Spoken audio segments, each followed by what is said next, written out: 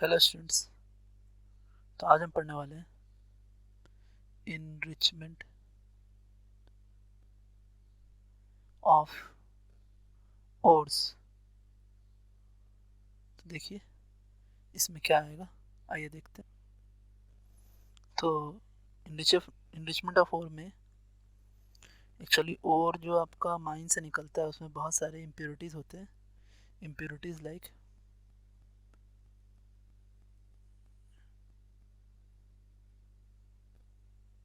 Soil, sand,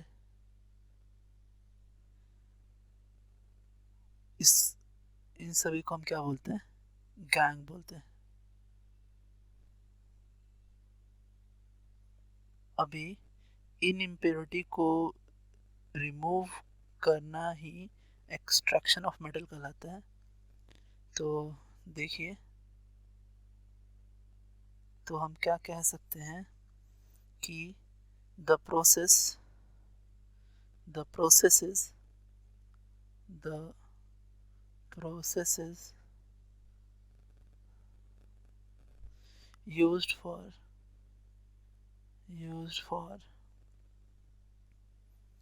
removing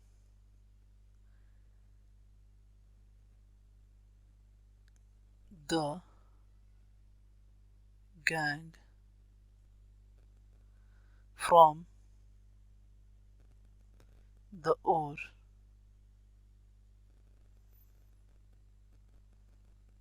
are based on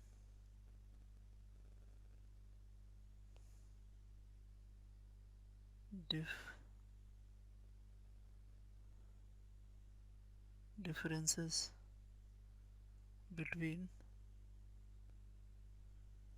the physical and chemical properties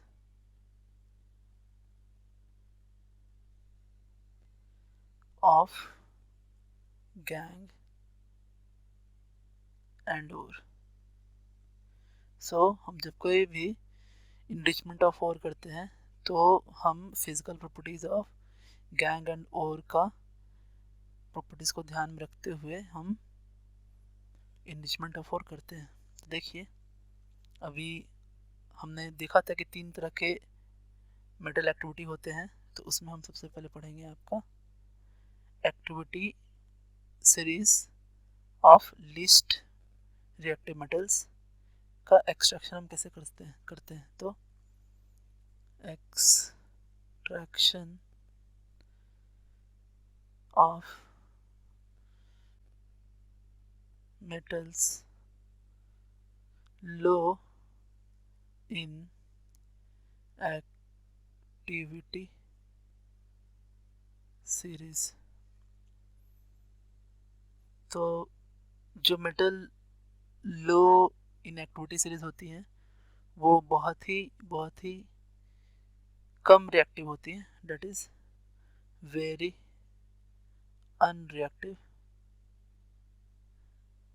और ये इनको क्या होता है कि इनके ऑक्साइड्स को सिर्फ हीटिंग करने से, हीटिंग गिव्स मेटल, तो इनके ऑक्साइड को सिर्फ अकेले गर्म करने से ये क्या कर देते हैं कि मेटल में रिड्यूस हो जाते हैं। और कुछ इसके एग्जांपल हैं, जैसे सिनेबार ये HgS का ओर है। उसी तरह जब हम इसे एयर में गर्म करते हैं तो ये क्या बनता है कि HgS + 3O2 ये देगा आपका 2HgO + 2SO2। और फिर ये HgO जो है आपका वो बनाएगा Hg + O2 गैस। इसी तरह सेम प्रोसेस हम कॉपर के साथ भी कर सकते हैं। जैसे कॉपर Cu2S, क्या होगा ये कि ये आपका ऑक्सीजन के साथ रिएक्शन करके रिएक्शन करके ये बनाएगा आपका Cu2O प्लस 2SO2। और फिर जब इस Cu2O को हम गर्म करेंगे Cu2S के साथ तो हीट देंगे तो ये बन जाएगा 6Cu प्लस SO2 गैस। आगे चलते हैं। एक्सट्रैक्टिंग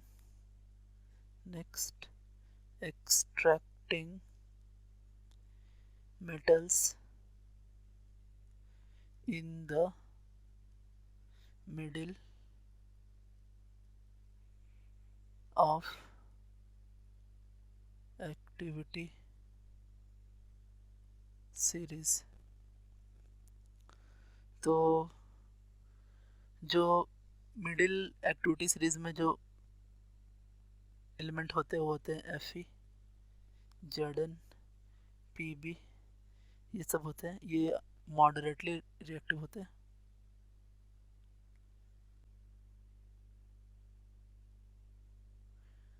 अब इनमें होता क्या है कि पहले तो ये या तो सल्फाइड होते हैं नहीं तो कार्बोनेट्स होते हैं। तो ये जो होते हैं क्या होते हैं कि इनके कंपाउंड्स या हम ओर्स बोले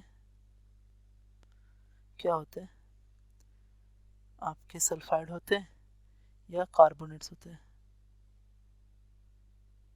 कार्बोनेट्स और सल्फाइड्स होते हैं।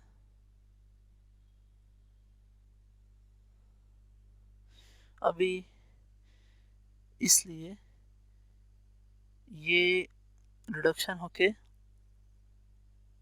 मेटल सल्फाइड या कार्बोनेट को हम कन्वर्ट करते हैं हम मेटल ऑक्साइड में, और फिर मेटल ऑक्साइड को रिडक्शन करके हम बनाते हैं आपका मेटल। तो हम ये कह सकते हैं कि टू रिडक्शन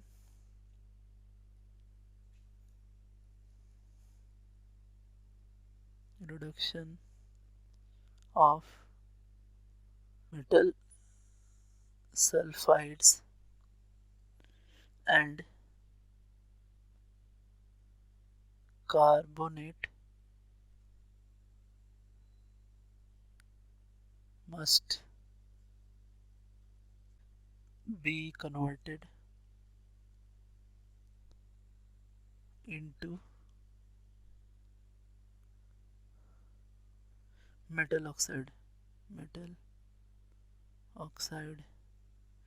और फिर उस मेटल ऑक्साइड को हम कार्बन के साथ रिड्यूस करा के मेटल ले लेते हैं। तो अभी एक सब पार्ट क्या है कि मेटल सल्फाइड और सल्फाइड और are converted into oxide by heating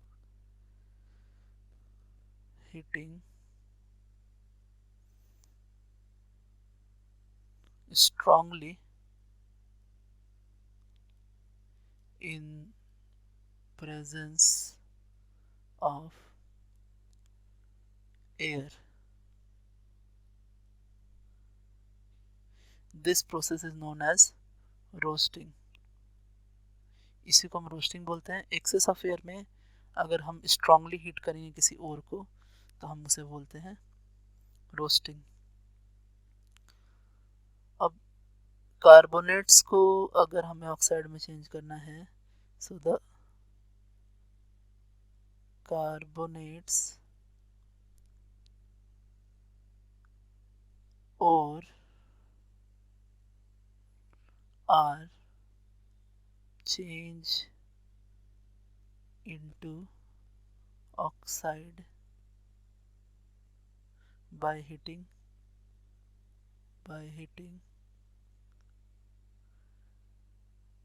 strongly in limited supply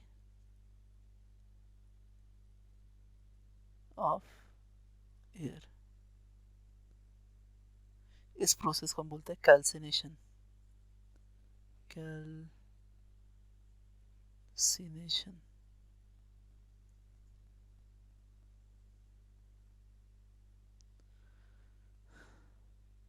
तो हम एक एग्जांपल देखते हैं कि कौन सा आपका कैल्सिनेशन है और कौन सा आपका रोस्टिंग है। देखिए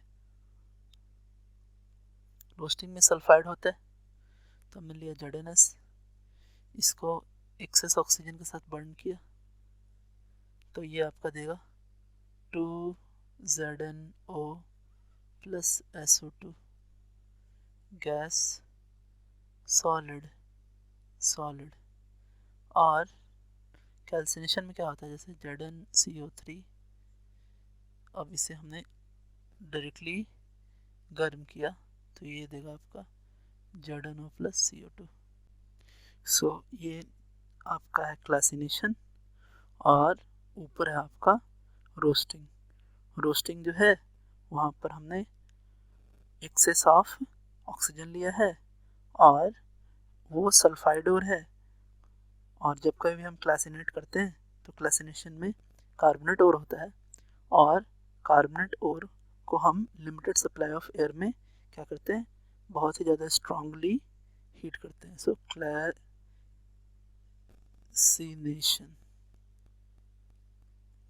सो ये है आपका। तो आज के लिए इतना students, thanks, have a nice day.